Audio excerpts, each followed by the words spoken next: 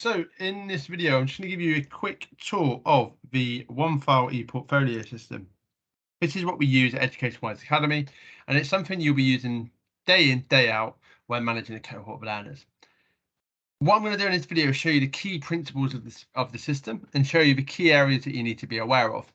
So it won't dive fully into each specific area, but various points of the tutor handbook will allow you to do that. So the first key thing I want to show you is this is the home page. So this is what you'll be greeted with when you first log in. Before this stage, when you create a new profile, you will have various documents that you'll need to read and sign, but it's all pretty straightforward that you can't really go wrong with. This first top section here, where you can see my mouse, is really important for you to be aware of. First of all, it shows our core values, but it also shows your contact numbers and email addresses for the various designated safeguarding officers within the organisation. So this is something that you need to be aware of as a member of staff, but also all your learners will see this as well. And it's a really key important point that you make this out, make this really clear to any new learners. So what Onefile will do is it will give you a full insight to everything that your learners are doing. And you want to get your learners into a habit of logging absolutely everything on Onefile. And everything we do, we'll try to use Onefile to have all the information you need at a click of a button. So the first area for you to look at is your tutor dashboard. So what you'll be able to see here is the various bits of data that you need as an assessor. You'll see any activities that's in your calendar if you use the Onefile calendar. You'll see any tasks that are due for yourself, and you'll see when your last learners have been logged in, your progress reviews are due, any planned visits if you're planning them through Onefile, any visits that's happened within the last 30 days, and what learners you've got that are on target. You've also got your learner dashboard where you'll see a breakdown of all of your learners. And I'll come to that one later for you to be able to see, but I'm not going to show that one just yet because there's data on there that you will not need to see at the moment. So to find a learner, you're first of all going to go to your learners cohort. So you can see the various cohorts here. I'm going to use our test learner for this video. What we can see within our test learner is we can straight away see what we need to know about them on our profile. So we can see what standard they're studying, what English or maths potentially they need to study alongside their program, or whether they've actually in fact completed that using the progress bars. And I can see exactly where they are on their program versus where they should be. And I can also see if they've completed their program or not. The key areas then for you to be able to check learner progress within here are in the following areas. Now, there's two views that you can have on Onefile. You can have this view here, or you can have what's called a simple view. Simple view just tidies up your tabs into the following headings. Personally, I like this view, the main view, but I do know that a lot of the team also use a simple view. So the first kind of key area for you to go into would be your activity.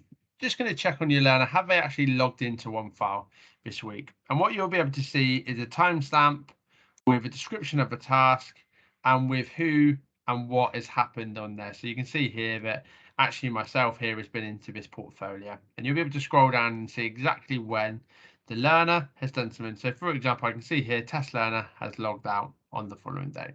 So that's just going to help you to say, has my learner actually done, what they've said they've done this week in terms of their time? You can then see their assessments. So in here is any assessments that have been set for the learners. So you can see here this learner's got Cognisys annual tracker, which is something that will come up later within your tutor handbook. But you can also see what they've completed. So you can see the various assessments and how and when they've been completed within here. So it's going to help you monitor your progress and actually whether a learner has completed an assessment recently. The next key section is the learning. Actually, we're going to the task box first for task box. So in the task box, this is where you'll see everything that your learner needs to do. So quite simply, anything that's black is, not outstanding. Anything that in red is actually a task that's outstanding. So as a tutor, if I can see these red tasks, I'm going to want to act on these and make sure that that tutor is working on it straight away. Okay. Just note for this is actually an old archive unit user, hence why these are blank, are red, sorry. But this would give you an indication to why your learner has got additional tasks within there, or what tasks they're working on at the moment. Then to see the work product of the learner, you go into the learning journal. And in the learning journal, you'll now be able to see the product. So you can see the tutor here is some comment, which is excellent.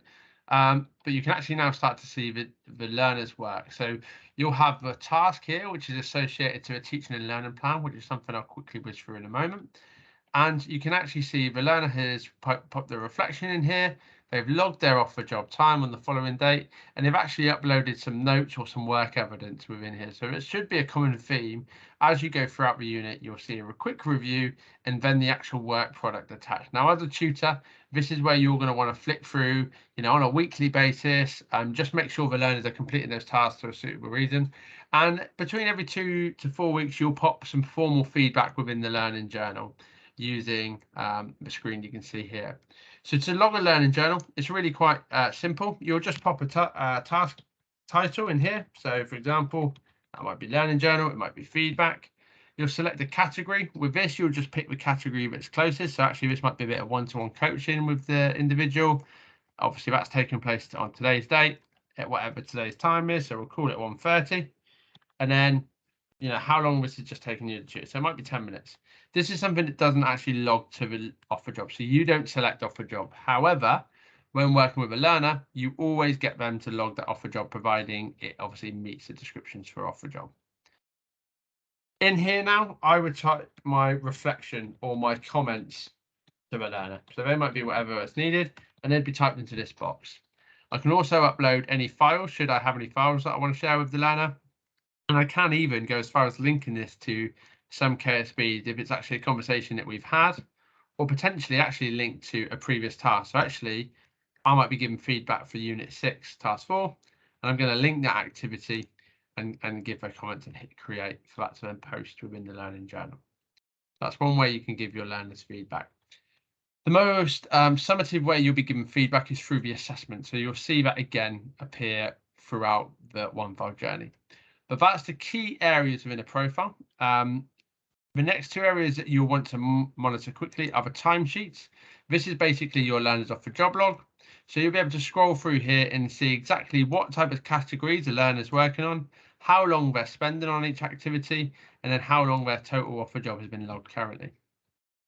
Through here, as a tutor, you'll be able to just quickly do a quick due diligence test on all the offer job hours. So, for example, looking through here, all of these look to be taking place within the working hours. What I might want to do is just look here, say about 5 till 6:30. That is a progress review. Can that be logged as offer job? Probably it can. Just want to check that this is within the learning hours of that learner. Again, here, 8 o'clock, is that within the contracted hours? Can it actually be counted as offer job?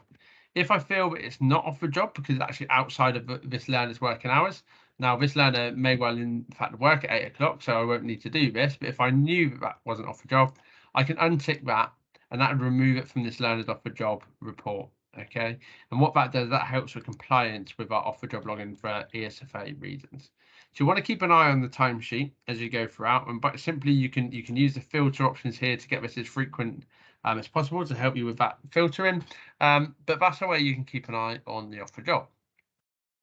Your mentor will go through Onefile with you when you start anyway, or if you come back to this video for a recap, you've got your fellow tutor colleagues or your IQA team that will help you with this.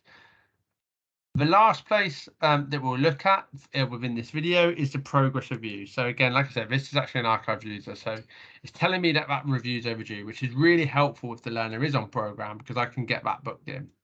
But what I can see here now is I can see when all of my progress reviews have taken place. I can actually start to see the progress that the learner's made throughout that, which that's a really nice bit of data to be able to see. So I can see those jumps in progress that the individual has gone on throughout the program in relation to Unit 1, which is knowledge, Unit 2 is behaviours, and Unit 3 is skills. I can see that all learners have, all parties, have signed this. So that's learner, tutor, and employer, and that progress review has been boxed off. To schedule this, you simply pick your date you want it to be on, the time you want it to take place. I'm going to schedule an hour, it's going to be remote, and that will add a new progress review in for my learner. Okay, and what I'm going to do is I'm going to remove this overdue one. You'll now see as I go back to my test learner, because we've got one booked in, I now haven't got that warning about their profile. So that's the learner side of things. Now for you as a tutor, there's a couple of other key areas that you want to be aware of. So you want to be aware of reports. Now in here, there's multiple reports that you can pull to find out about your learners. There's a couple of quick reports you can pull. So if you wanted to look at a cohort, so again, I want to see an overview of my test cohort, I can pull this and I'd be able to see my complete list of learners and how are they achieving in relation to their progress. I might even want to do this specifically for a workplace that I work with. The key report that you're going to use for now, I recommend that you spend some time, playing around with these reports. You'll find some good data that can inform some decisions. But the key one you want to look at is these two here. So you've got your progress report and your PDP data. So by now you'll know that you'll be on a weekly PDP. And within here, you'll be able to get all the data you need for all of the learner names that your learners are studying. So this is a really useful one, and this will help you. And again, this will come up later in the induction to show you how to complete your PDP.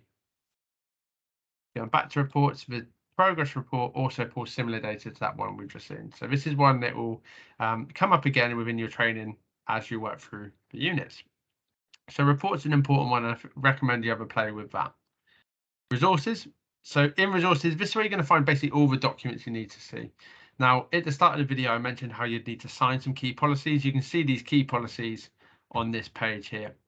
What you'll then see, we've got a centre policies document, employer supporting documents, IQA strategies, learner support and guidance, program overviews, tutor support documents, everything that you need within here. So you can direct your learners, or you can come in here and find some of the key resources that you might need to use, such as Bloom's taxonomy, appeals process, questioning grids, high quality remote teaching, all sorts of support here for you as a tutor. Okay. Again, the next section will come up within your induction and within your tutor handbook, but there's various things within here such as registers, teaching and learning plans that are going to support you with. The one I'll quickly show you is registers, okay, because this won't have a separate section. To create a register, so you've been assigned your cohort, you've got a teaching session at a specific time, for example, that might be 1:30 on a Monday, you'll hit create register, you'll find your cohort that's involved in that group, select all your learners, you can give it a title. Do you want to record latest? I recommend that you do, and you hit save. Once you've done that, you've now got your register title. Each week you'll come in, create a register, or create a session, sorry. Location will probably be webinar, unless obviously it is face-to-face. Does it count as off the job? Yes, it does. What time, what date?